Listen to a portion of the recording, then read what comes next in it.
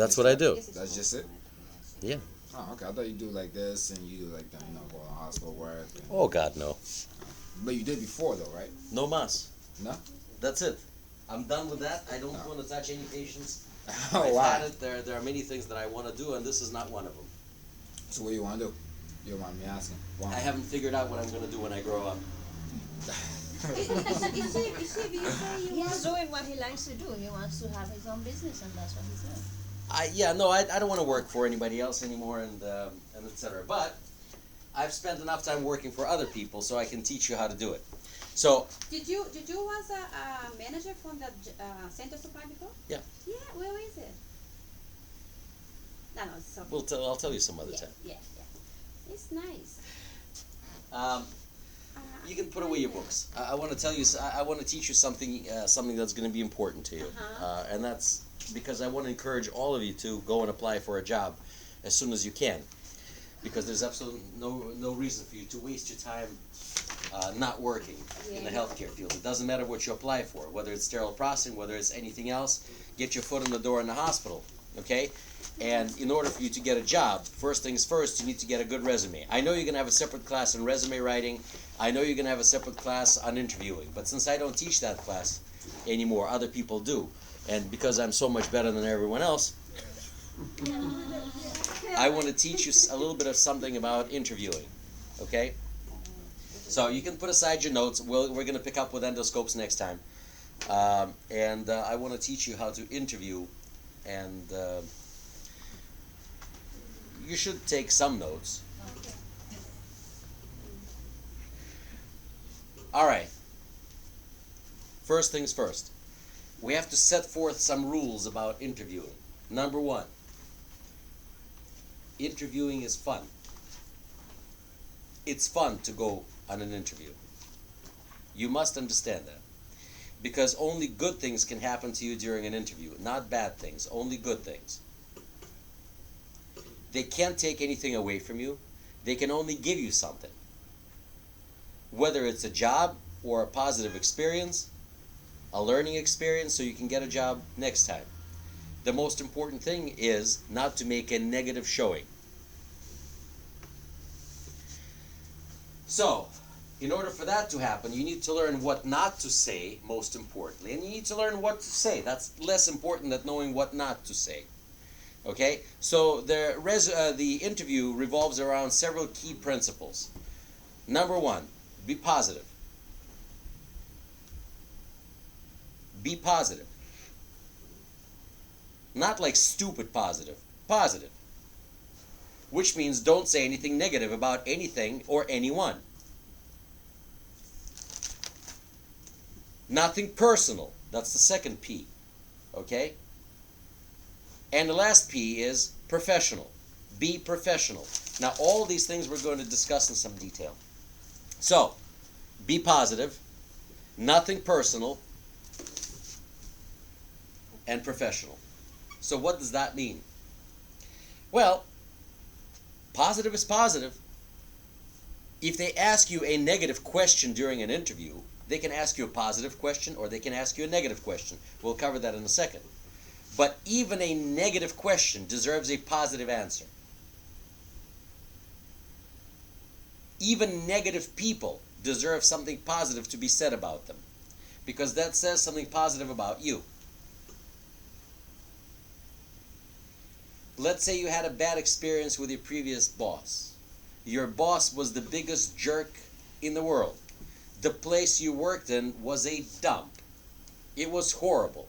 Nonetheless, we never say any of that stuff to anyone else, and we say something good. So if you can't say something nice, say something nice anyway.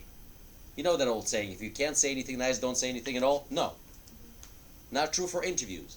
If you can't say anything nice, say something nice anyway. Okay? I used to work for a guy who was notorious in the industry. He was the biggest jerk in the world. Nonetheless, they said, well, how did you like working for that guy?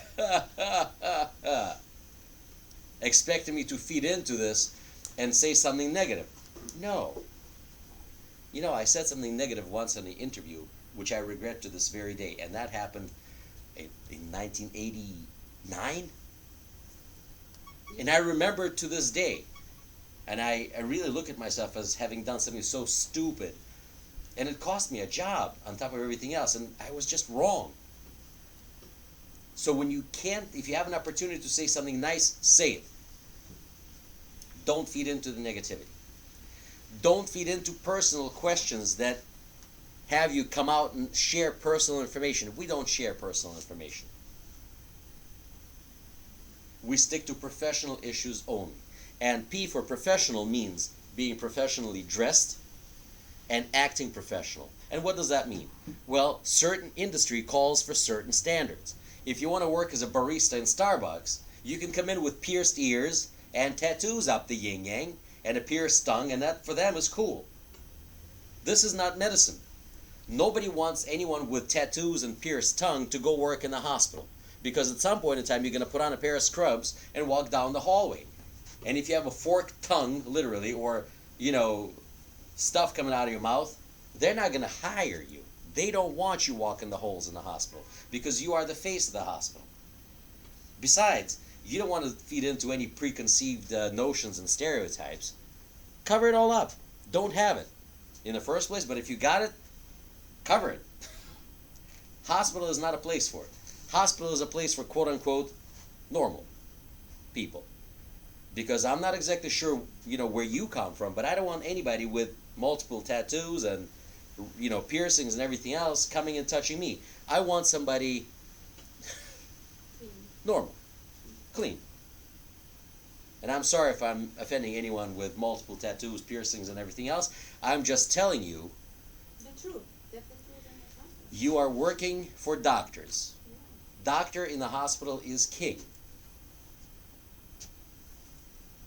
Doctor is a person that goes to school for an ungodly number of years. Yeah, they go to school and they stay in the educational system for a good, I'm not counting high school, I'm talking about 4 years of undergrad, 4 years of medical school, 3 to 5 years of residency and fellowships and whatever. We're talking about between 11 and 15 years of education and,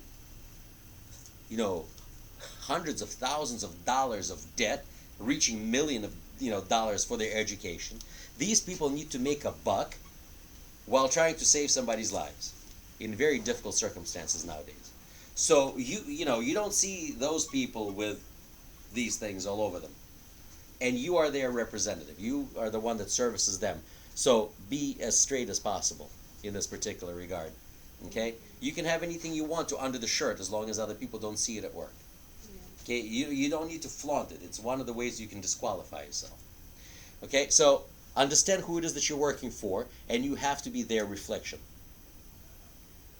Make sense? That's how you get paid more money too, by the way.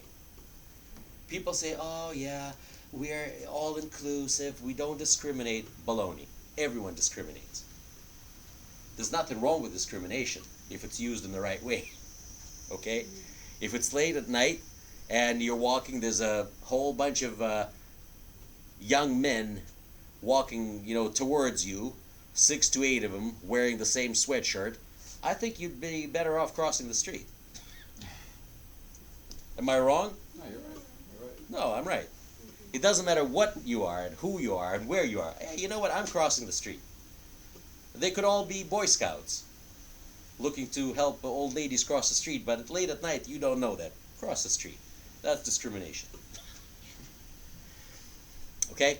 So, to make a long story short, let's get back to interviewing. Okay? So we covered the basics, right? We understand positives, professional, nothing personal. Nothing personal, by the way, also means that if you didn't get a job, hey, it's nothing personal. Don't take it personally. Don't become angry. Don't become despondent. Oh my God, is there something wrong with me? Yeah, you know what? Maybe. So reflect, learn, make it positive. So let's go with the number one question that you will ever be asked, on an interview. And you know what that is? Does anyone know what is the most important question during an interview? Why should I hire you? How much money? Why do you want to work for us? All good questions, but the number one question is, tell me a little about yourself. Oh.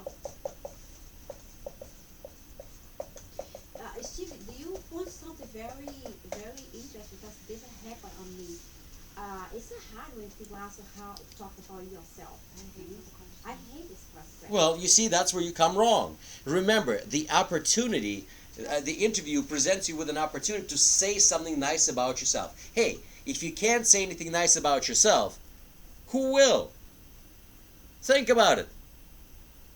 For Pete's sakes, you go out on a date, you put on a nice dress, or put on a nice suit, or whatever. I don't know how people date nowadays. But you wear the best clothes, and you say something positive about yourself. It's no different than going out for a job. Everything is sales. You're trying to sell something, right? I mean, you're not gonna go on your date, at least the first date, wearing soiled clothes and smelling like a goat, right? Well, so it's a date. Have fun. You expect to have fun, so have fun during an interview, and they will always ask you this question: tell me a little about yourself. Now, let's go back to the cardinal rules of interviewing: nothing personal, professional, and always positive. And the question says, tell me a little about yourself. It doesn't mean, well, my name is Steve. My favorite color is purple. They don't need to know that. They need to know about the professional you. Now, since we're talking about a field of sterile processing, we need to identify ourselves. So if someone asks you who you are, and you want to tell them who you are, one of the first words that come out of your mouth would be, I am a. Who am I? So who are you? You're a sterile processing technician. So, first things first. I am a. And then, before you tell them that you're a sterile processing technician, give them 3 adjectives or 3 descriptive words that describe you as a professional. Blank, blank, and blank. Sterile processing professional. So let's fill in the blanks. Interviewing is not a spontaneous experience. If you go to a theater or if you watch a movie, how many times did they have to film the same scene over and over again until the actors got it right? And these people train. They practice in front of a mirror over and over and over again until they memorize their lines, until they get the facial expressions correctly. Interview is the same thing. You must, absolutely must, prepare and train for your interview, like an athletic event, like a theater performance. So train. So you need to come up with 3 words that roll off your tongue about who you are. And don't be bashful. You have to tell the people how much of a pro you are, what kind of a pro you are. So, I like to say I am a motivated, dedicated, and highly skilled sterile processing technician. Wow. That does not mean that you have to say it. I like to say it. Motivated, dedicated, and highly skilled. You can say reliable. You can say exciting, whatever. Use whatever adjective that fits the bill. I just happen to use motivated, dedicated, and highly skilled. Motivated, dedicated, and highly skilled. It rolls off of my tongue. Find 3 words that best describe who you are and put them in here. Whether it's motivated and dedicated and highly skilled, by all means. But I reach out to you and I want to tell you, find the best adjectives that best describe you. Reliable, punctual, I don't know. Find something. All the words that the employer will want to have in their possession. Okay? Responsibility, you can use responsibility too. Responsible, that's what I am a responsible. I am a punctual. I am, I don't know, outstanding. Some powerful words. Motivated, dedicated, highly skilled. I am a motivated, dedicated, and highly skilled sterile processing professional. I like that. Exclamation point. And the first sentence. You told them who you are. Now you tell them what you're bringing to the table. Say, I'm here. I'm a professional. Okay, I got your resume. I got that. You're a sterile processing technician. Now you have to tell them what you bring into the table. Now, most of you are in school right now. You don't necessarily work in the sterile processing department, but you bring transferable employment-related skills. You may be a massage therapist. You may be a person that worked in retail, all your life. You worked in a automobile service center. Dunkin' Donuts. It doesn't really matter where you work. You have had a job. You had to show up to work at 4 o'clock in the morning or 12 o'clock at night. You had to come in. You had to put on a uniform. I had a student. She came to my office and sat down and she cried. I said, why? What's the problem? She says, I don't know what to put on my resume. She said, you never worked? She says, I worked. I said, for 20 plus years I had the same job. I said, that's great. I said, Steve, you don't understand. I said, well, who did you work for? She says, I worked for Amtrak. Well, that's wonderful. For like 20 plus years? She says, yeah. So what did you do? She said, I hosed out shit from a public bathroom. She said, I put on a rubber suit. I took a high pressure hose and I hosed out human excrement and body fluids from the floors, walls, ceilings, and cleaned the toilet and blah, blah, blah. So, and then she started crying like nobody's business. I said, whoa, whoa, whoa, whoa. Hold the phone. Hold the phone. I said, for 22 years, I said, you maintained the public facilities in a national concern like Amtrak in full compliance with health code regulations and stringent company policies. And she looks up at me and said, well, now that you put it this way, I don't have to cry anymore. I said, listen, you know what? There is a doctor out there, medical profession, and a doctor of medicine, an MD, that specializes in the field of proctology. What do they do all day? Well, they poke around other people's butts all day. See, if I tell a doctor that he takes his finger and sticks it in somebody's rear end, it doesn't sound very exciting. And it's a medical doctor. See, you can take a high professional and, display them as a complete buffoon and a pervert. It's all how you say it. It's all how you say it. So for 22 years, you put on a, personal protective equipment, was it? Not a rubber suit. And you maintained a facility in full compliance with health code regulations. You see how that works? So you literally can, empty out septic tanks if you want to. You can just shovel poop all day. But it's how you present yourself. Yeah. It's all about the presentation. All about the presentation.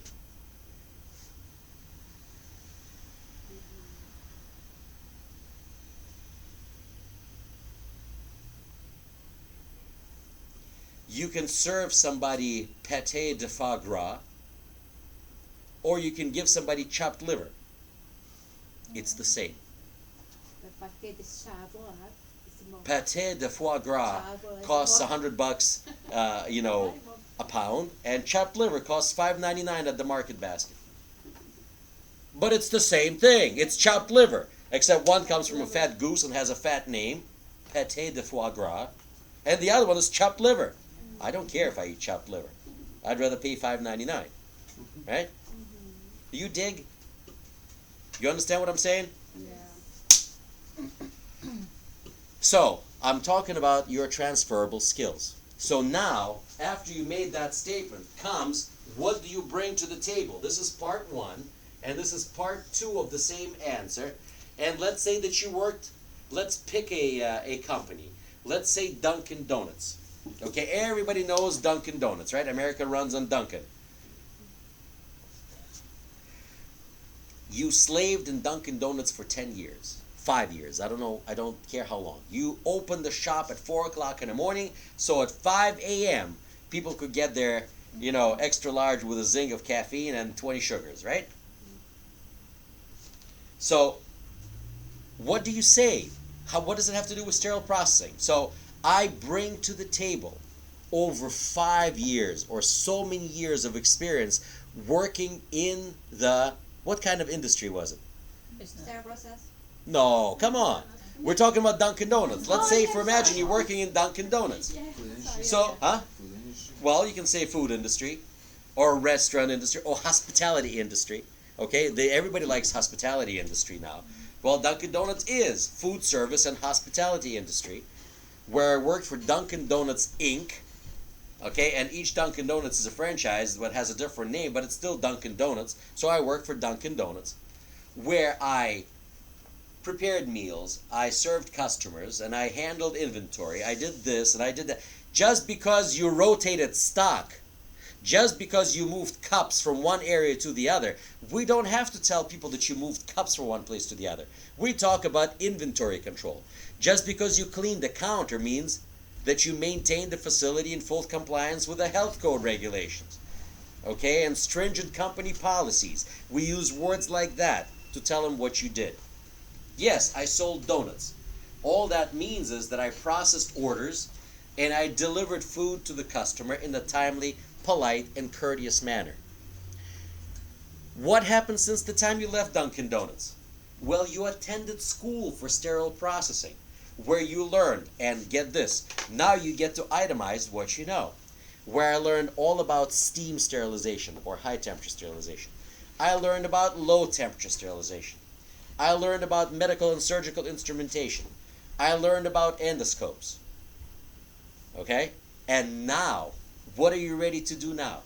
You're now ready to accept and take on the job with all of its responsibilities and duties. Okay? Do you understand? Yes.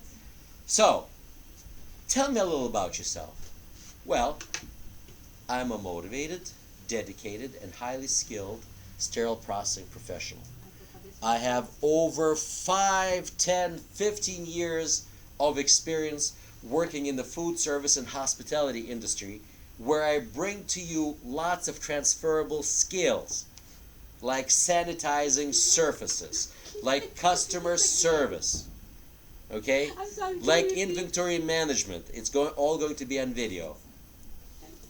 I'm bringing this to you.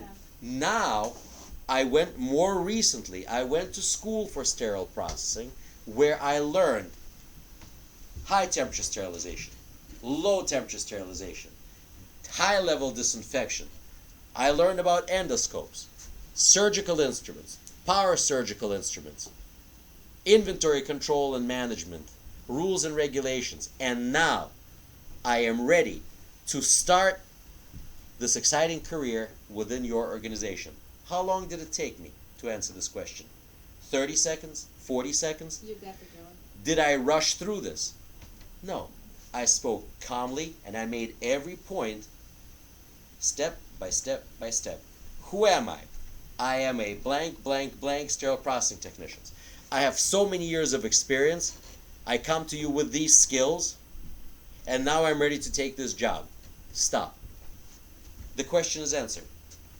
Now, I told you that this is the most important question that you will be asked for many reasons. And let me show you one of them. Ready?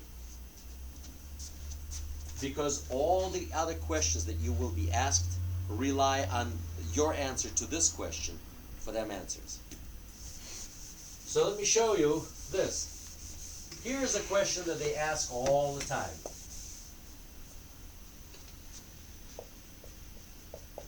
What can your former employer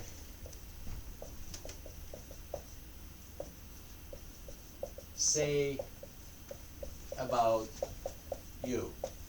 Question. Here's another interesting question. What are your strengths?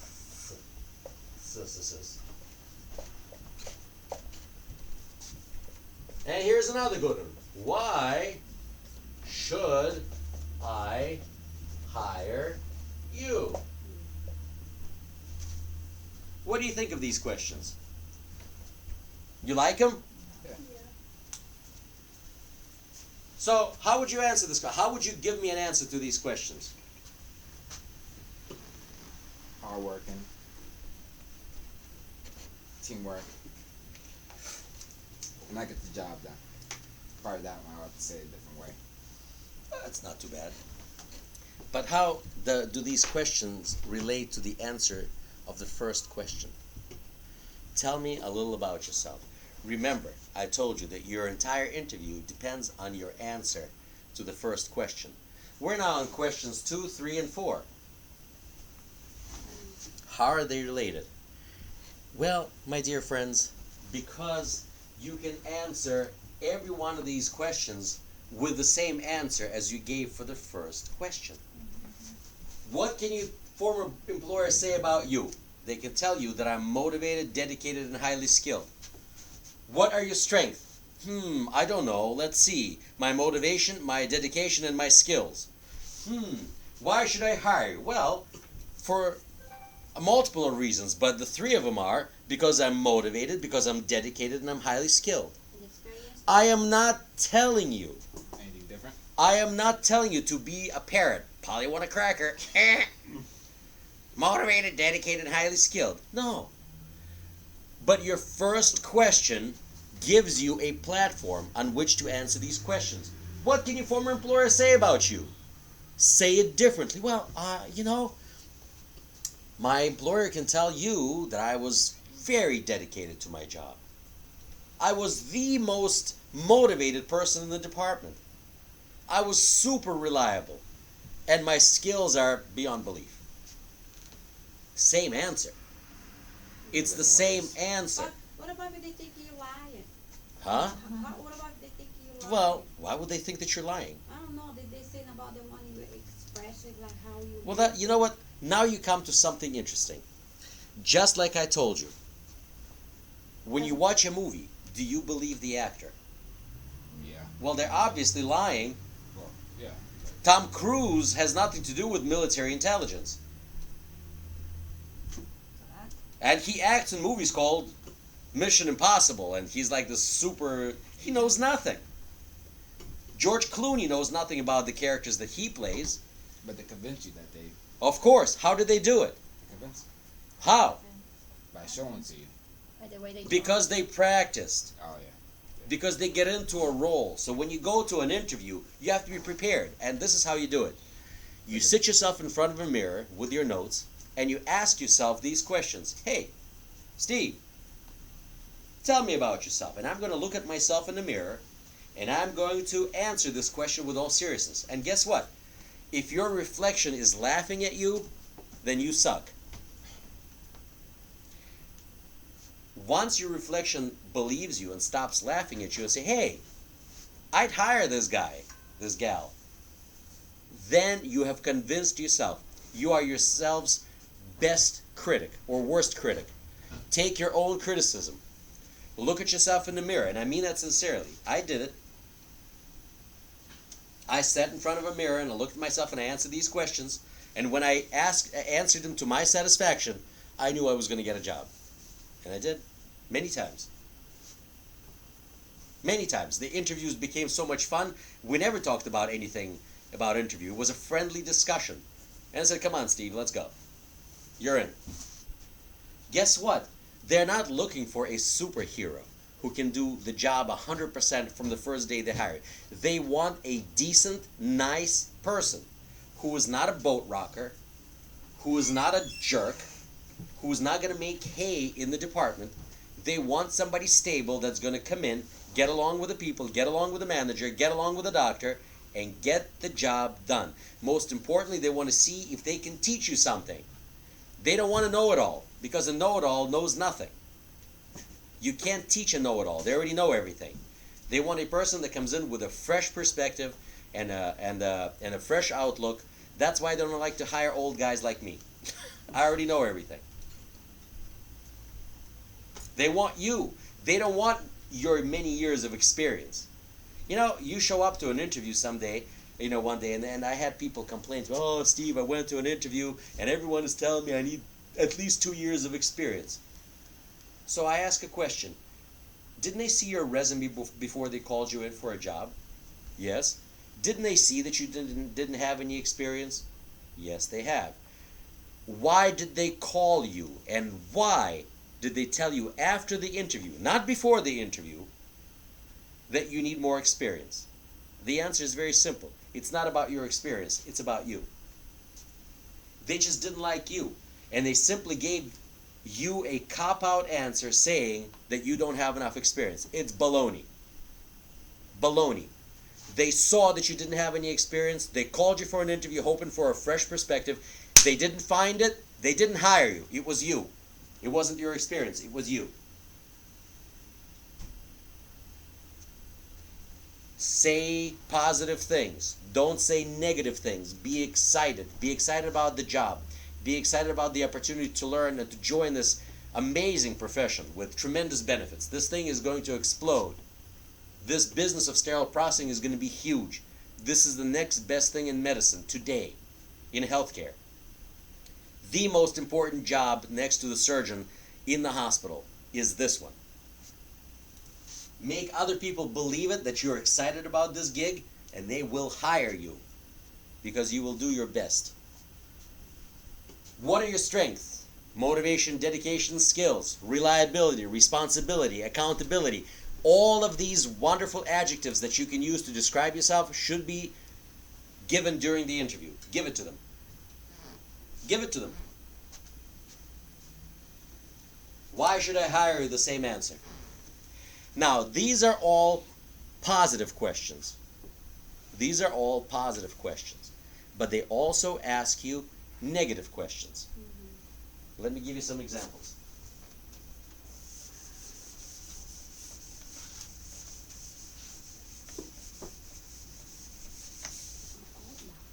Here it is. What are your weaknesses? My English.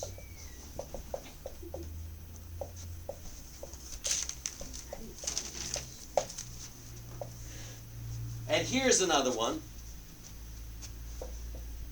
Can you tell me about a problem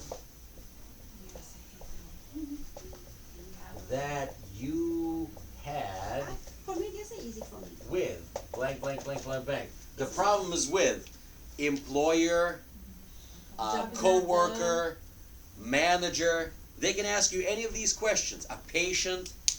Can you tell me about a problem and how did you resolve it?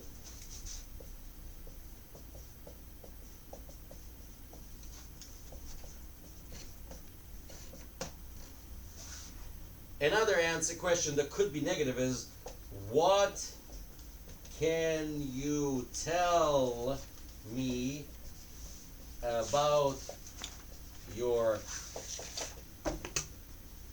former boss / employer? These are all examples of negative or potentially negative questions. Let's deal with a question about weaknesses. The last thing that they want to hear an answer to this question is about your weaknesses. They already know what your weaknesses are. Believe me when I tell you, they do. When they look at you, they know you. You don't have to tell them extra that you don't have, as they say, good English. Nonsense. If you can say hello, you're halfway there.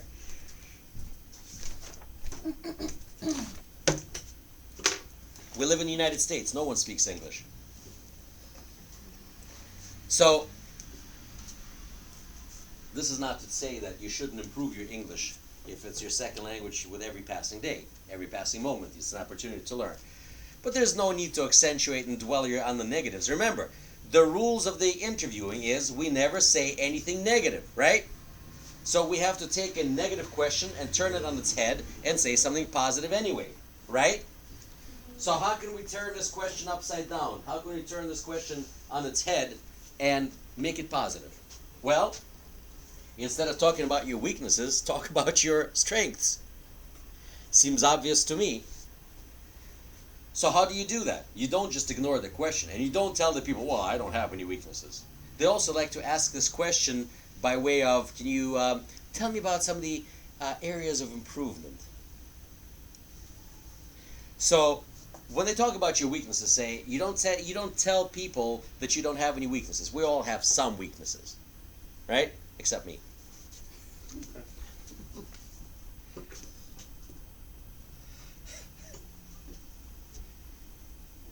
You can always say that you don't believe in weaknesses, but you believe in opportunities. Oh, I like that. Of course. You don't have to have weaknesses. You can believe and you can have opportunities for improvement.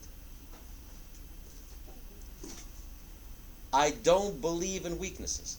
I believe in opportunities for improvement.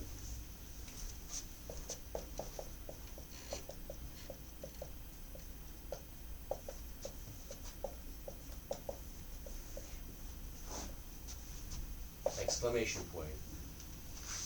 I believe in opportunities for improvement. And here comes the kicker. I like that. You disqualified the negative answer with a positive spin, so now the question is now positive. You see, weakness is negative, opportunity for improvement is positive. I believe in opportunities for improvement. And, watch this, you ready? As a dedicated professional, I just gave myself a plug.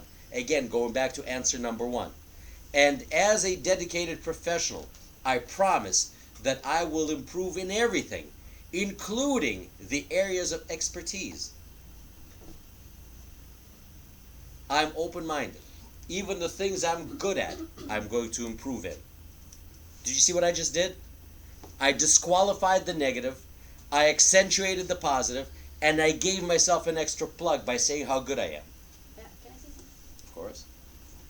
I had the experience, that's why I'm so interested in it, Yeah. because when she like asking me this kind of question, she keep pushing me, and then I say, I don't know what I'm gonna do. I don't know if she wanna give me the job or she don't wanna give me the job, and then she didn't give me the job, and I'm so stressed. But she's pushed me because this thing.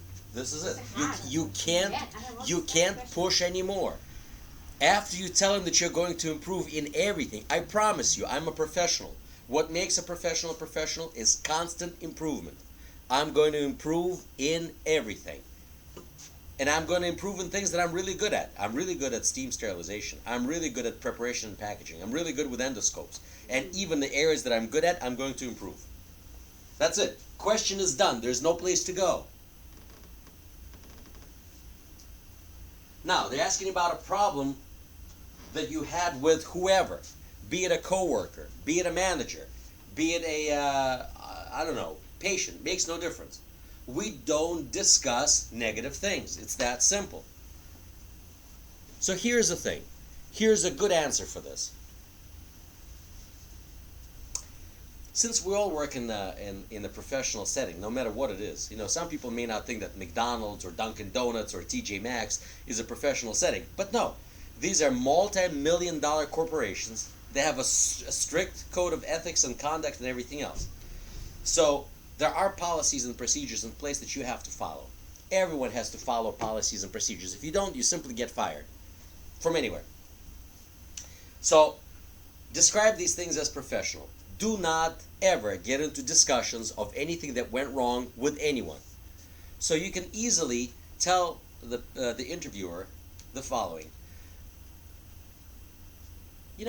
I cannot discuss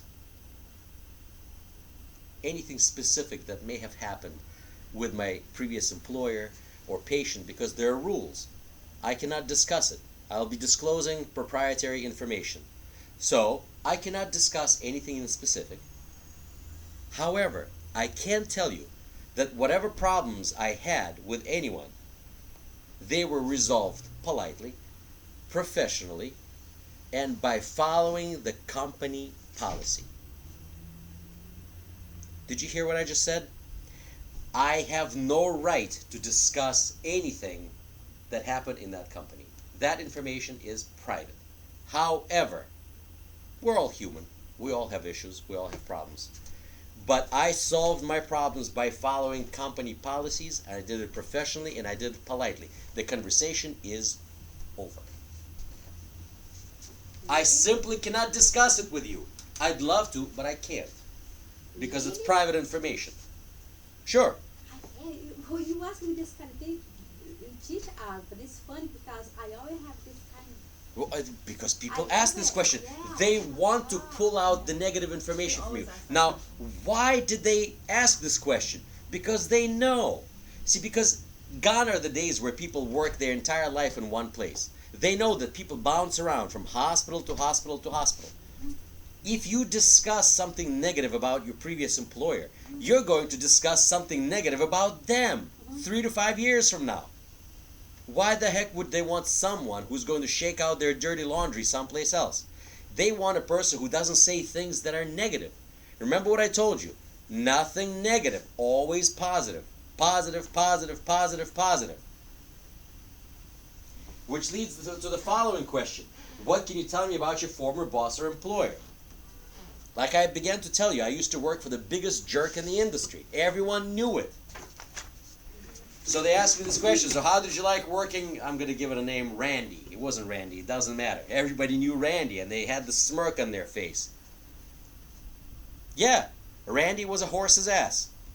Randy was a bad guy. He was a bad boss. Randy eventually got fired. I believe. Not my place to say anything negative about Randy. I will not. Because managers and sterile processing technicians go from hospital to hospital Yeah, to hospital that's to true. hospital. That's You're why going to I'm find the like same that. people in different places. It's a small world. Yeah, that's true. Don't spit in a well.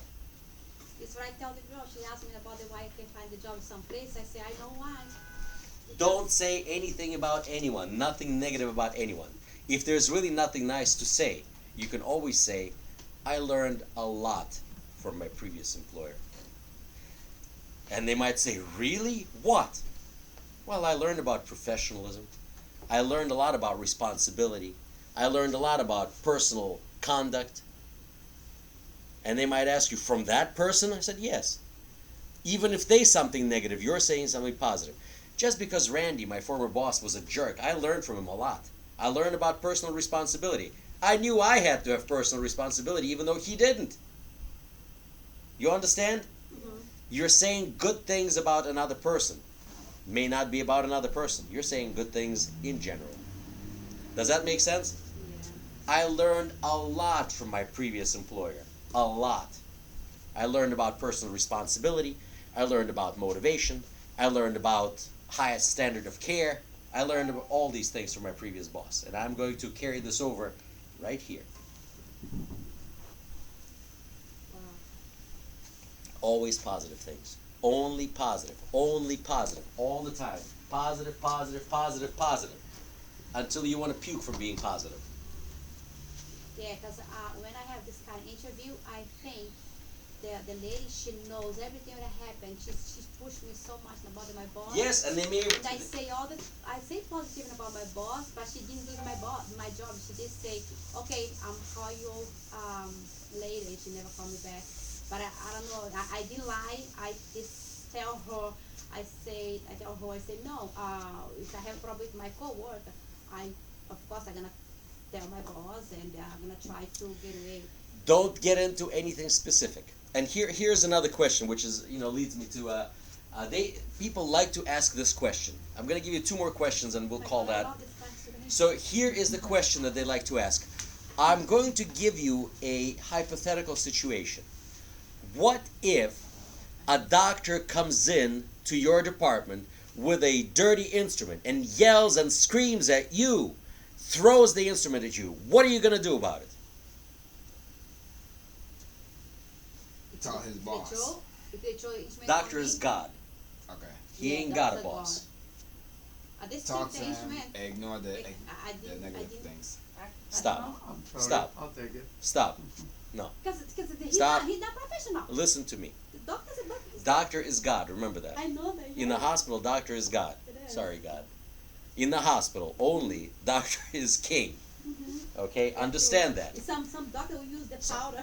So ask him what could we do to make it better. No. No, you can't avoid anything. Remember, positive, nothing personal, right? Professional. Remember the question I asked you about, tell me about a problem that you may have had with your previous boss or a coworker, right? How did you answer it? You said, I follow the company policies. You see, you cannot answer this question.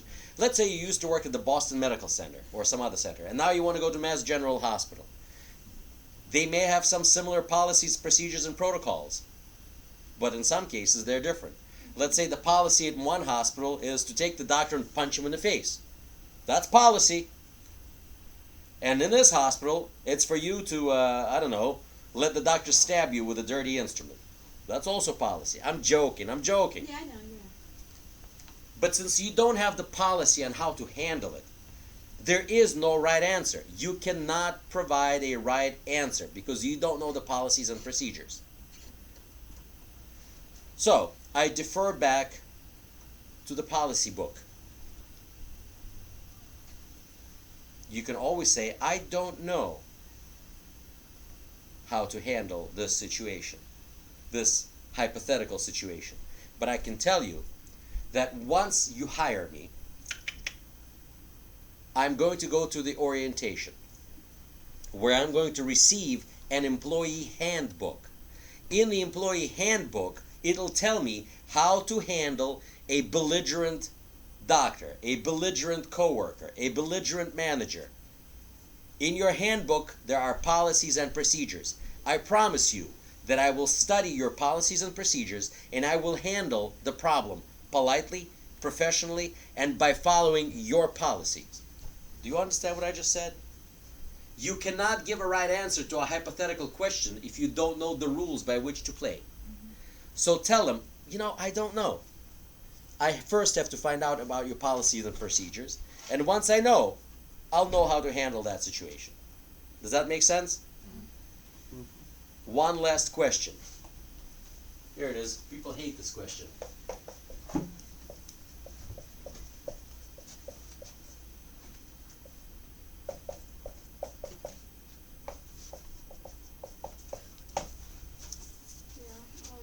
How much money do you want? Oh, I'm going for the top. Okay.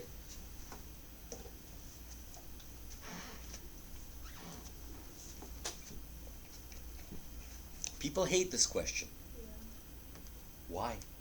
I know. You cannot take a job, even though you really want a job. You want to go out, you want to prove yourself as the best sterile processing technician in the world. And they're willing to give you an opportunity, but they want to pay you $9 an hour. Are you going to take that job? Some people do. I wouldn't.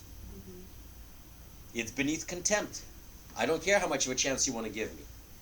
I'm not going to take this job because it's beneath me, because that money is not how much I want. I also may want to have a preconceived notion that I'm going to get $50 an hour. That's stupid to expect. No sterile processing technician gets paid that unless you're a manager. And in some cases, managers don't get paid that. Well, not every manager makes $100,000. It's not unreasonable. You can. But the fact of the matter is, you can't have that expectation as an entry-level technician. But you have to have an expectation because you're the only person who knows how much money you need to live on and how much money your self-respect dictates that you get. I mean, you have to make a calculation. And remember, if somebody wants to pay you 15, you're only getting 10. Okay? If you need 15, you got to get 20. So you have to have a backbone, and you have to make a real calculation. Because if you don't get the money you need, that means you need to count and rely on overtime. Or you need to have a second job someplace else. The reason why you're here in school today is so you don't have to work 2 jobs anymore. Yeah. So you have to have one professional income. You may not become very rich from it, but you will be comfortable. And that is something you need to have an answer to. And you never negotiate up. You can always come down, but you can't bring yourself up. Oh, I changed my mind. I don't want 15. You agreed too fast. Give me 20. Yeah, but if you answer that, she gonna ask again, but how much you want, and then how? So answer. How much do you want? No, like you answer, you say, I don't want to have another second job. No, that's not an answer. I'm not giving you an answer. I'm giving you a frame of reference for your mind. I'm giving you an idea as to what you need to base your answer on. The calculator, you have to know, like say, okay, have to calculate how much. You can tell them that my basic minimum, the least I will accept is $20 an hour. That's the least. Or you can say that, I'd be very comfortable with $22, $23, $24 an hour, $18 an hour, whatever you feel that's going to be comfortable for you. It's your answer. But what about if you ask for so much, they not give it to you? So what? It's not too much. It's how much you need. You're asking for what you need. If they don't give you what you need, why would you want it? Answer this question to yourself. If they don't give you enough, why would you want to take the job?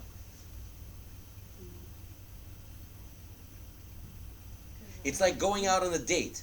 You have something in mind. Who do you want to date? Well, you know what? I'd like to date, I don't even know, who. I don't know who's popular today. Give me a name. Who's popular? Who's popular celebrity out there? I don't know any names. Huh? Oh, he's a dude though. Huh? Drake. He's a dude though. I wouldn't want to date that. You said celebrity. You didn't say no. Whatever. Put it back in the day. I just remember Shakira. Christine Brinkley. She's still alive, I think. Jennifer Aniston. Whatever. Yeah. So I want to date somebody super special. I'm not getting there, but I have in mind I want, I don't know, something like this. And instead of that, I get this. I had in mind this, and I got this. Well, okay. But I did. I can just say, all right, well, just because you said yes, it's a go. Don't sell it for less. What the heck for? No, I don't want this. If you have something in mind, get something at least close. It doesn't have to be this. It could be this. I don't know, but it's somewhere in the neighborhood. Otherwise, you're always going to be looking that way. You need to be comfortable. You, not them. You. So think about the money. If you're too much of a chicken, you can provide the following answer. I will consider any reasonable offer that you would make to your best candidate. I will consider any reasonable offer that you would make to your best candidate, implying that you're the best candidate. You can always tell them, you know what? My friends that I went to school with recently got jobs ranging anywhere from $18 to $25 an hour. I'd like to be somewhere in that neighborhood. Obviously closer to the higher end. But this is where I'd like to be. Give them a range. And then wait for them to give you an offer. By the way, once they give you an offer, you can always bump it up a little bit. Can I ask you something? Yeah. But this is the kind of question, it has to be the first interview, because I had some kind of a class interview before, and another teacher, they told me you never tell how much money you want to. It's a kind of conflict. I'm giving you my perspective. Yeah, but My perspective is a little different, and I gave you several options. Option number one, I will consider any reasonable offer that you would make to your best candidate. Then they make you an offer. Second option, I would like to be in the range between $18 and $25 an hour. My students that I went to school with, my friends, that's what they keep getting jobs at. Give me something in that neighborhood and I'll consider it. Or say, you know what, the very least I will work for is this amount. If you pay less, don't even, bother. Never say that, okay? Just tell them, but you have to be steadfast on this side. Do not settle for less, because you will never ever be happy. yeah, because like me, I'm sorry guys, but like me, I know the way I was working, they pay so cheap. I make like $16 an hour when I was there for 6 years. Yeah. But I know everywhere they pay more than that. They pay. Well then, ask for more. Like say it's $20 an hour, like you say, it's like $20 an hour. Ask for more. They're gonna tell, well, but you make 16, why you want $5 more? Because that's what I want. It's not their business why you want. Well, my circumstances have changed and I need a little bit more money. That's what I need. They don't necessarily have to give it to you. They can bump you up a little bit and then you can consider, okay, all right. Oh, you know what? I can tell. I said before I was certified. Right now I am certified. I can say this. You can come up with anything. It's not their business why you want more money. And just because you made less money someplace else does not mean that you need to be making less money there. Before I used to be a short order cook. Today, I'm a sterile processing technician. Yeah, all right, so I made $9.78 over there, and I expect to make double that because I made an investment in myself. I'm a certified sterile processing professional. I'm ready to go. I'm a good person. I'm reliable. I'm motivated. I'm dedicated. Everything is a sales game. Everything is a sale. Okay? Yeah, you're right. Be good to yourselves.